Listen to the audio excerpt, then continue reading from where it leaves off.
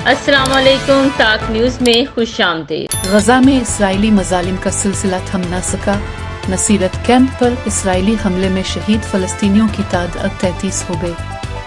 اسرائیل نے نصر اور صبرا میں بھی خوفناک بمباری کی، اس کی وجہ سے جانی نقصان کا خدشہ بڑھ گیا ہے۔ صہیونی فورسز نے غزہ کے متعدد مقامات سے فلسطینیوں کو نقل مکانی کا حکم دے دیا۔ امریکی قومی سلامتی کے مشیر جیک سلیوان کی اسرائیل آمد پر تل ابیب میں امریکی قونصلیٹ کے سامنے شہریوں نے شدید احتجاج کیا۔ مظاہرین کا کہنا تھا کہ نیتن یاہو کی حکومت نے ہمیں تنہا چھوڑ دیا۔ انہوں نے امریکہ سے یرغمالیوں کی رہائی کا مطالبہ کیا۔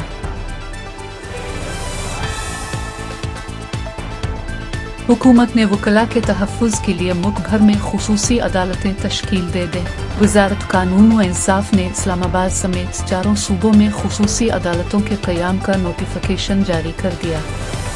نوٹیفیکیشن میں کہا گیا ہے کہ خصوصی عدالتیں lawyers welfare and protection act 2023 کے تحت قائم کی گئی ہیں۔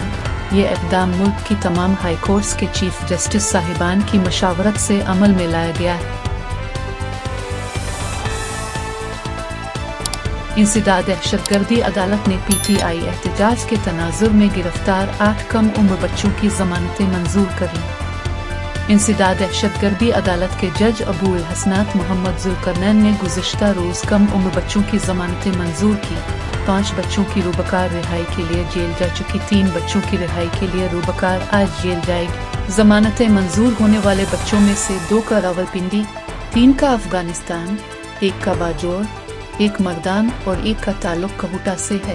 بچوں کو پی ٹی آئی کے 24 نومبر احتجاج کے تناظر میں گرفتار کیا گیا تھا۔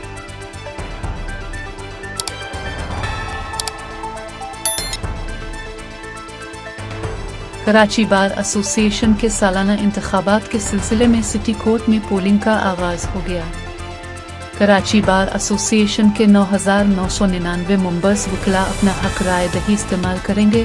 صدر، نائب صدر، جنرل سیکریٹری، جوائنٹ سیکریٹری، خزانچی اور لائبریرین کی نشستوں پر مقابلہ ہو رہا ہے۔ صدارتی نشست پر عامر نواز ورائچ، منیر ملک، عبد الحامد یوسفی اور سید زہیب خالد کے مابین کانٹے کا مقابلہ متوقع ہے، جبکہ نائب صدر کے لیے ارشد خان، فیصل اکرام، کاظم حسین مایوسر، راحت فضل اور تاج علی شیخ امیدوار ہیں۔